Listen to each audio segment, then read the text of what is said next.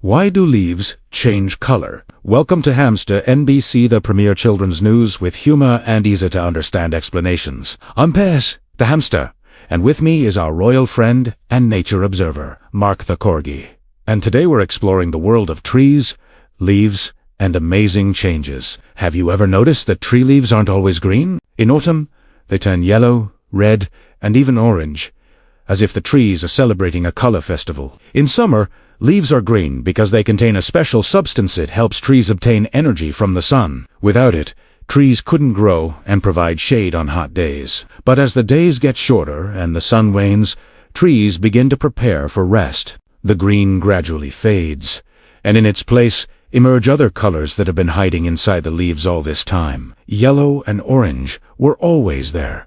We just didn't see them. While green was strong, it obscured all other shades, and red appears when a tree bids farewell to the warm season in a special way. It helps the leaf conserve its last reserves of energy before falling to the ground. Mark says that leaves change color, just like we change clothes, according to the weather, and this seems very true, as trees also adapt to the changing seasons. When leaves fall, they don't simply disappear. They help the earth become richer and give new plants the strength to grow. This is how nature takes care of itself and does everything in order. Even when it seems like something is ending, it's actually preparing for a new beginning. Today we learn that the changing color of leaves isn't magic, but nature's clever plan. It helps trees survive the cold and return even stronger in the spring. Now imagine a quiet evening, with the wind rustling the leaves and the sky slowly darkening. After such a journey through the autumn forest, it's time to settle in and rest. Stay with us, because a peaceful bedtime story awaits you. It will tell you of forests where leaves fall asleep and the stars quietly guard their sleep. And now the day is slowly drawing to a close. The noise grows quieter. Thoughts slow down. And it's time for storytelling. But before we begin, let's do one small but important thing. If you enjoy learning new things, if you enjoy listening to stories before bed, and if you want to come back again, subscribe to the Hamster NBC channel and like this video. This way, you'll help us create even more kind stories and clear explanations for children all over the world. Now, get comfortable. History is waiting for you. The seventh and last voyage being returned from my sixth voyage, said Sinbad, I absolutely laid aside all thoughts of traveling for. Besides that, my age now required rest. I was resolved no more to expose myself to such risks as I had encountered, so that I thought of nothing but to pass the rest of my days in tranquility. One day, however, as I was treating my friends, one of my servants came and told me that an officer of the caliphs inquired for me. I rose from table and went to him. The caliph, said he, has sent me to tell you that he must speak with you.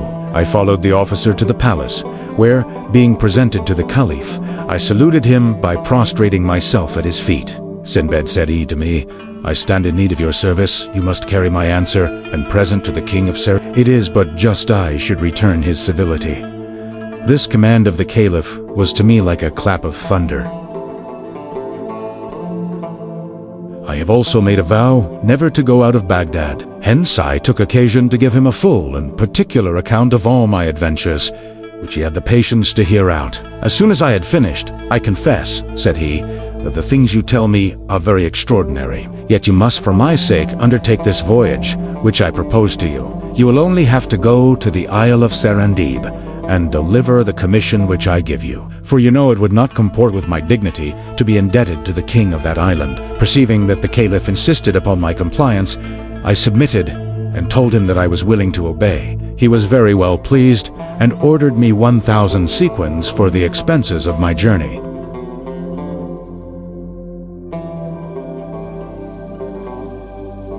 They did so, and I was conducted to the palace, where I saluted the king by prostration, according to custom. That prince knew me immediately, and testified very great joy at seeing me.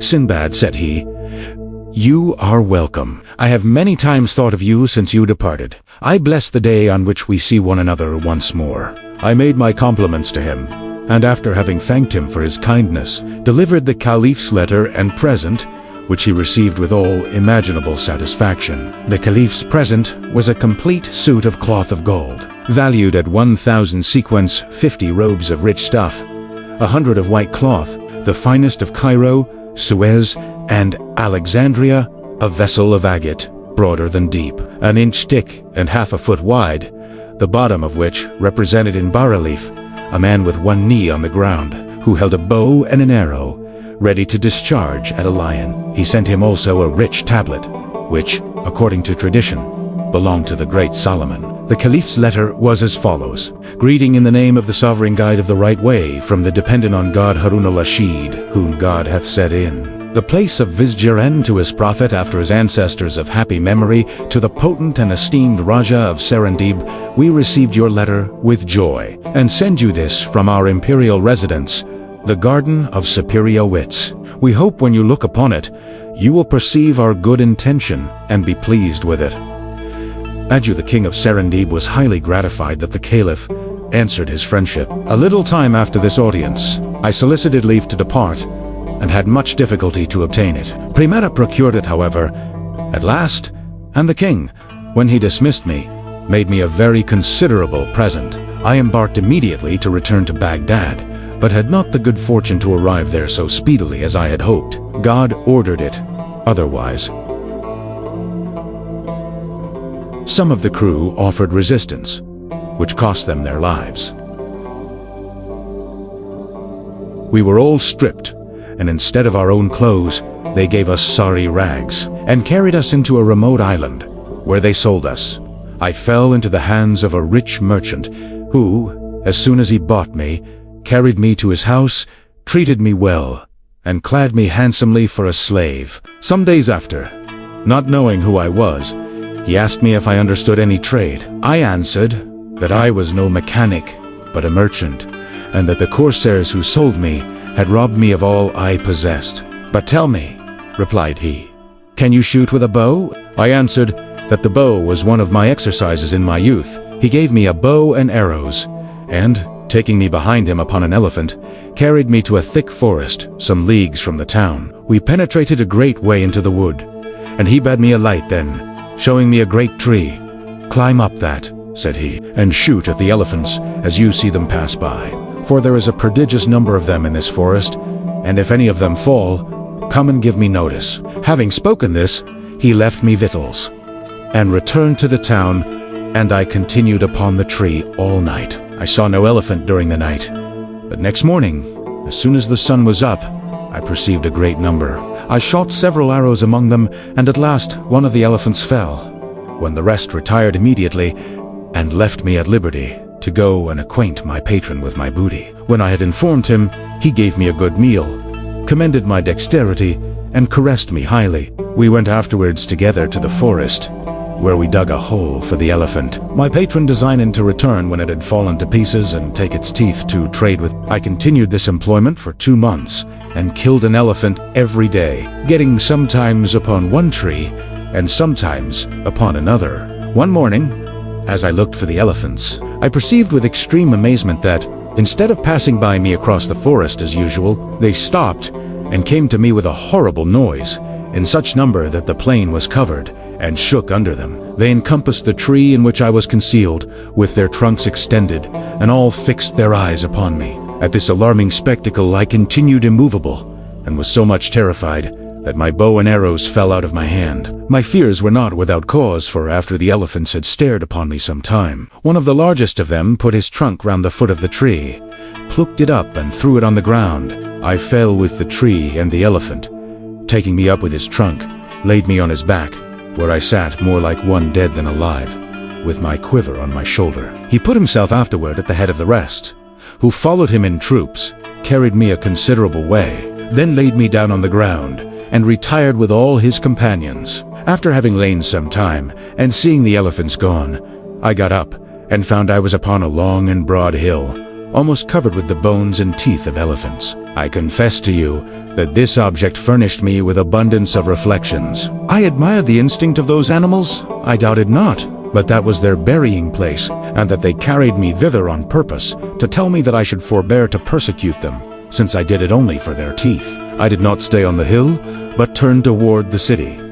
And, after having traveled a day and a night, I came to my patron. As soon as he saw me, "Ah, poor Sinbad," exclaimed he, "I was in great trouble to know what was become of you. I have been at the forest, where I found a tree newly pulled up, and a bow and arrows on the ground, and I despaired of ever seeing you more. Pray, tell me what befell you, and by what good chance you are still alive." I satisfied his curiosity, and going both of us next morning to the hill, he found to his great joy that what I had told him was true. We loaded the elephant, which had carried us with as many teeth as he could bear, and when we were returned, "Brother," said my patron, "for I will treat you no more as my slave, after having made such a discovery as will enrich me.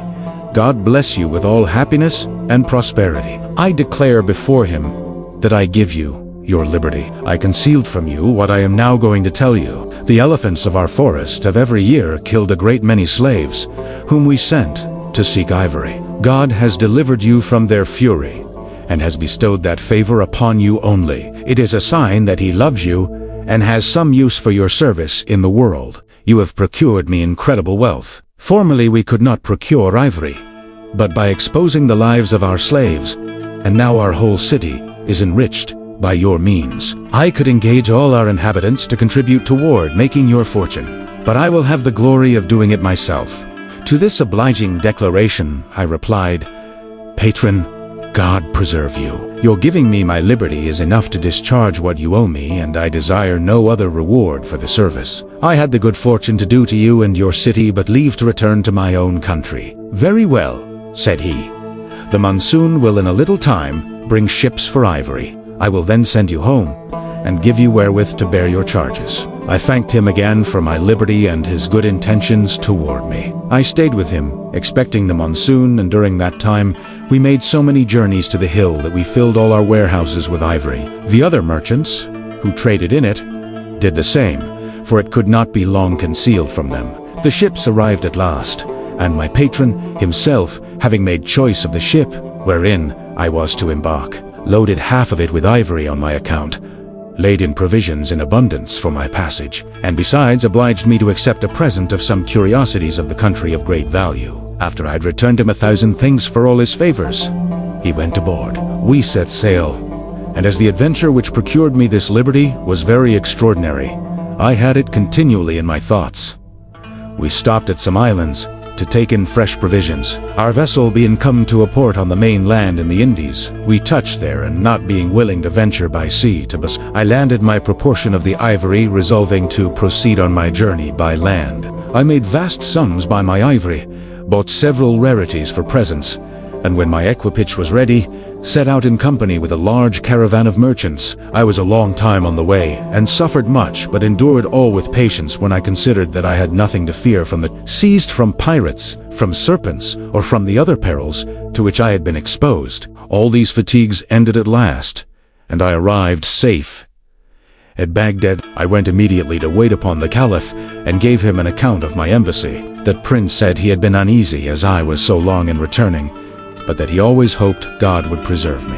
When I told him the adventure of the elephants, he seemed much surprised, and would never have given any credit to it had he not known my veracity. He deemed this story, and the other relations I had given him, to be so curious that he ordered one of his secretaries to write them in characters of gold, and lay them up in his treasury. I retired well satisfied with the honors I received, and the presents which he gave me, and ever since I have devoted myself wholly to my family, kindred and friends. Sinbad here finished the relation of his 7th and last voyage, and then, addressing himself to Hindbad, "Well, friend," said he, "did you ever hear of any person that suffered so much as I have done?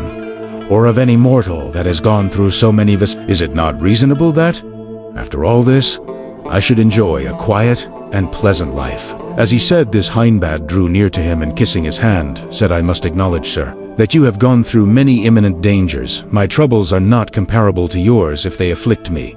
For a time I comfort myself with the thoughts of the profit I get by them. You not only deserve a quiet life, but are worthy of all the riches you enjoy, because you make of them such a good and generous use. May you therefore continue to live in happiness till the day of your death." Sinbad then gave him 100 sequins more, received him into the number of his friends, and desired him to quit his porter's employment, and come and dine every day with him that he might have ample reason to remember Sinbad the voyager and his adventures.